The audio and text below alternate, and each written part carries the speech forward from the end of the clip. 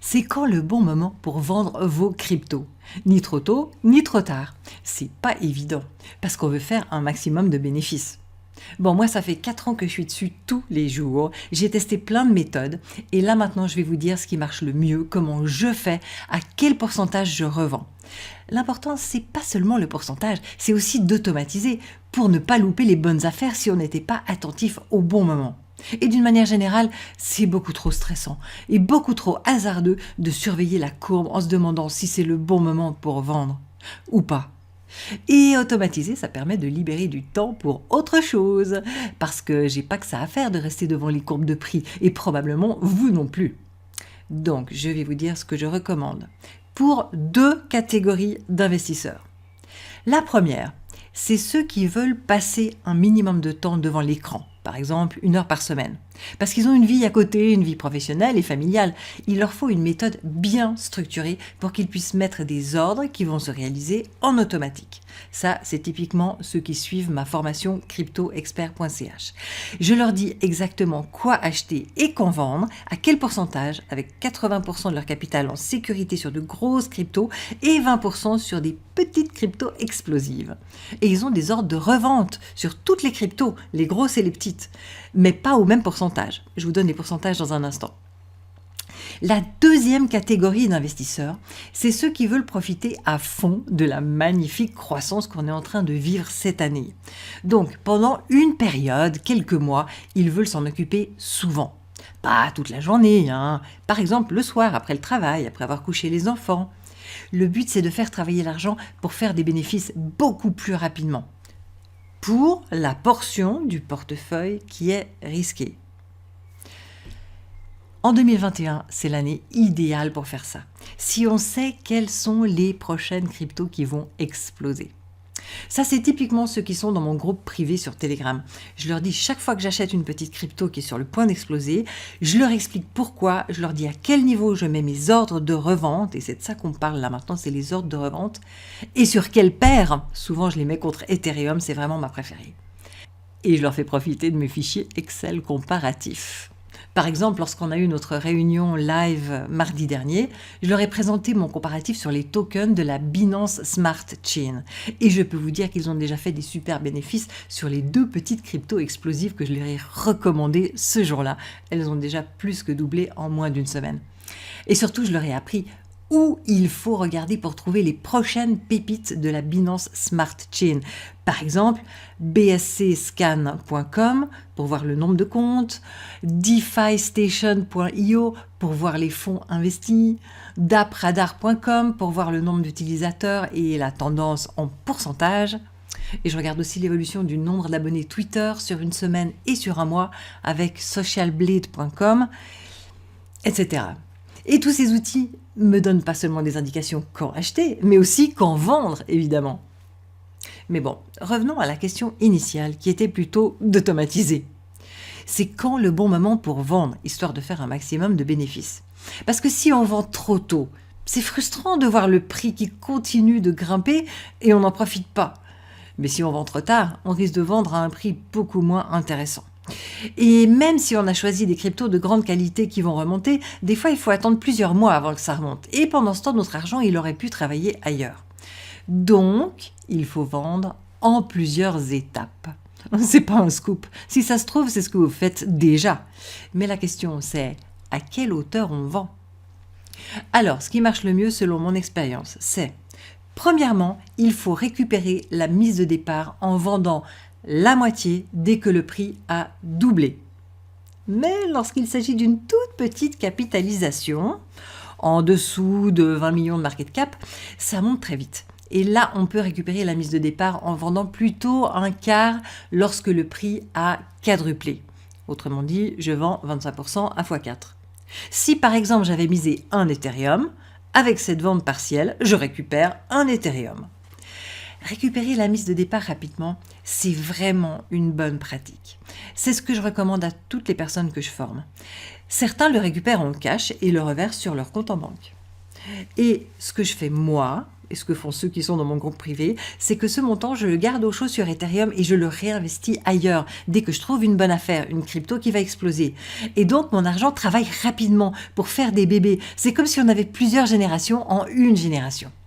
Attention, je vous rappelle que je fais ça sur une portion dédiée au trading et non pas sur la majorité qui est sécurisée sur des grosses cryptos. Bon, ça c'était la première étape, récupérer la mise de départ. De cette manière, on évite le FOMO, Fear of Missing Out, la peur de manquer des bénéfices, puisqu'on a gardé une partie des cryptos qui continuent à monter avec le prix. On évite aussi le FUD, Fear, Uncertainty and Doubt, la peur de tout perdre, puisqu'on a récupéré la mise de départ. Donc, quoi qu'il arrive, on ne peut pas être perdant avec cette crypto-là. C'est la parfaite stratégie anti-stress. Ensuite, il faut prendre des bénéfices. Et c'est là que ça fait mal au ventre, parce qu'il faut lâcher prise sur quelque chose qui est en train de monter. Mais rassurez-vous, on ne vend pas tout. Donc ici, on vend 25% de l'achat initial lorsque le prix a fait x10. Si on reprend l'exemple où j'avais misé au départ un Ethereum, alors ici, je vais encaisser 2 Ethereum et demi. Pourquoi x10 ? Bon, là, il faut bien comprendre le fonctionnement des narratifs. C'est comme des mini-bulles dans la grosse bulle. Ça met les feux des projecteurs sur certaines catégories de crypto. Par exemple, la finance décentralisée, les oracles, les NFT, les assurances, Polkadot, Binance Smart Chain. Des tas de narratifs, chacun son tour, et c'est cyclique, et il y en a plusieurs en même temps, et ça s'entremêle. Et donc, si on regarde une crypto précise, il y a beaucoup de capitaux qui vont se diriger vers elle pendant une période, quand elle est dans le bon narratif. Et ensuite, ces capitaux vont repartir vers d'autres cryptos dans un autre narratif. Et c'est ça qui fait la courbe du prix. Il va monter, il va toucher votre ordre de vente à x10, il va continuer sa mini-bulle et souvent il va redescendre pour une période. Et si c'est un bon projet, il va continuer à travailler, préparer des nouvelles versions et plus tard, il sera de nouveau sous les feux des projecteurs et il montera encore plus haut. Mais pour les petites capitalisations, il faut prendre des bénéfices à x50. Dans la formation, comme ils n'ont que 4 petites cryptos explosives, je recommande de vendre 50% à x50 pour les petites. Tandis que dans le groupe privé, c'est plutôt 25% à x10 et 25% à x50 pour les petites capitalisations. Et vous savez, x50, c'est pas tant que ça. Quand on les achète au début, elles ont un prix très bas et la montée est spectaculaire. Si on a choisi les bons projets, parce qu'il y a énormément de scams qui ont un joli nom, un joli logo et rien derrière. Donc il faut avoir des sources de qualité pour bien choisir quelle crypto on achète. Et tous ces ordres, x2, x4, x10, x50, je les mets en avance. De préférence sur Kraken ou Binance, mais sinon je les mets où je peux. Si vous utilisez beaucoup d'exchanges, je vous recommande de consulter le Trust Score sur coingecko.com. Vous cliquez dans le menu du haut sur plateforme d'échange et là vous verrez une notation de 1 à 10. Et en plus, il faut toujours activer le Google Authenticator. Et là, je vais faire 2 petites parenthèses pour les investisseurs les plus avancés. Je voudrais vous transmettre 2 astuces qui marchent vraiment bien. La première astuce, c'est que je mets souvent des ordres de vente Smart Sell sur l'outil qui s'appelle threecommas.com. Parce qu'ils ont des robots qui font des ordres trailing. Si par exemple c'est le moment de vendre parce que le prix a fait x10, mais que justement le prix est en pleine montée à ce moment-là, le robot va attendre le bon moment pour vendre. Si je lui indique que je veux par exemple 5% de marge, il va monter mon ordre de vente qui sera toujours à 5% sous le prix le plus haut et il va attendre pour vendre que le prix soit redescendu de 5% par rapport au dernier plus haut. J'ai essayé différents pourcentages et finalement je reviens à 5%, c'est un bon compromis. La deuxième astuce, c'est pour toutes ces petites cryptos que j'ai achetées sur Uniswap avec mon MetaMask. Souvent, elles ne sont pas encore disponibles sur des gros exchanges et je ne veux pas les laisser traîner sur des petits exchanges. Vous savez, de temps en temps, il y en a des qui disparaissent des petits exchanges. J'en ai vu plusieurs au fil des années. Et ils ne nous rendent pas nos cryptos. Et je ne veux pas non plus les laisser traîner sur mon ordinateur. MetaMask n'est pas du tout sécurisé. Donc l'astuce, c'est que j'ai 3 comptes sur ma clé Ledger Nano X qui s'appellent vendre à 1, vendre à 3 et garder. Et j'ai une icône sur mon bureau avec l'URL de etherscan.io qui mène directement sur mon compte de Maclay Ledger. Je l'ouvre tous les jours et je peux voir en un clic si un de mes tokens a atteint la cible du prix pour une vente. C'est super pratique. Voilà, fin des parenthèses. Avec tous ces ordres en automatique, j'ai pas besoin de surveiller le prix de toutes mes petites cryptos. Par exemple, ces dernières semaines, c'est bien monté, j'ai plein d'ordres qui se sont déclenchés en automatique. J'ai engrangé plein d'Ethereum et non seulement ça me permet d'avoir une réserve pour investir dans d'autres petites cryptos, mais aussi ça me fait une réserve de guerre. Parce qu'il y a des moments où l'ensemble du marché crypto descend.